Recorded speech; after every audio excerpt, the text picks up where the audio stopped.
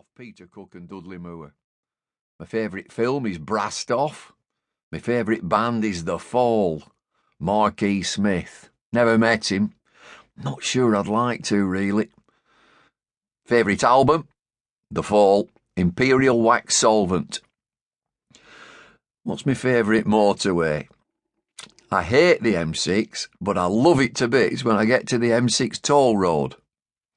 My favourite river is the River Wye in Derbyshire. Where do I like to stay? Uncle Ivor's at the Ligon Arms, Chipping Camden. Mode of transport is my bike again. Which season do I like? Well, I love spring. I think everybody loves spring. Now then, controversial. Beatles or Stones? Stones. Favourite colour? Black.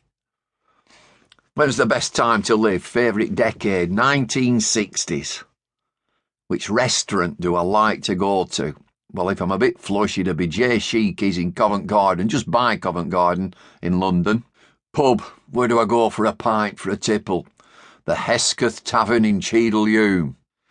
The best advice I've received would be from my dear old dad. Just be yourself. Best advice given, if you're a politician, don't knock on my door. Gotta be a favourite cake, a fruit cake. I love gardening, and the flower of choice is a rose. Favourite number? 134. That's where I was born, 134 Water Street. Condiment. What do I put on my food? It's a new one, is this? A Lancashire sauce. Board game. Oh, it's ages since I played it, but I loved it. Cluedo. Colonel Mustard with a custard and all that sort of thing. Gadget. Which gadget do I like best? A chainsaw. Not sure that is a gadget, really. My favourite film star is Ray Winston or Russell Crowe. What do I watch round about 7 o'clock most nights? Which TV soap? Emmerdale Farm. If I were in that, I'd be one of the Dingles. Politician? Not one of them cheating, conniving, low-down dregs of the earth. Move on. Where do I like to go on cricket tours?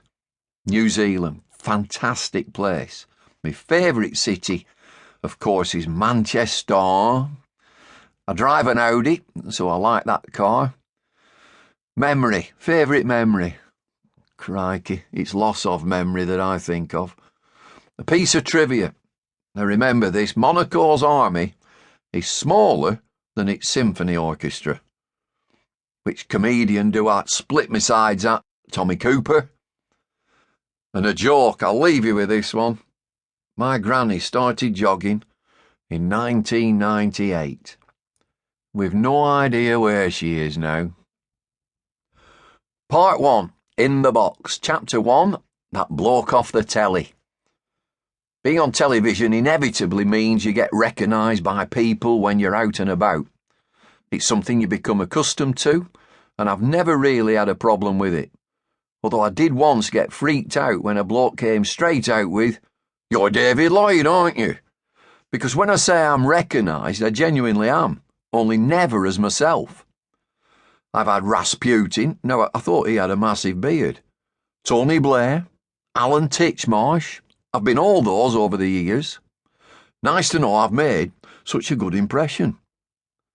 To be fair, at least it is normally another famous face from the world of cricket that I get. Although with my specs on, I also encountered one of the more bizarre shouts. An Australian bloke, they're not bright these guys, walked up to me in a pub in Manchester and did a double take. "Hey mate, I know you. You look like one of the Proclaimers," he said, his forehead crumpling in thought. "What do you mean, one of the Proclaimers?" I protested. "I either look like both of them or none of them. They're bloody identical twins. Well, they were the last time I looked." It's not as though this identity crisis has hit me solely since I hooked up in the Sky commentary box either. Now I come to think of it, it's followed me around since my playing days. When I signed for Cumberland, that would be early 1985, I was asked to do a local radio interview over the telephone. We went through that usual rigmarole of how the move had come about.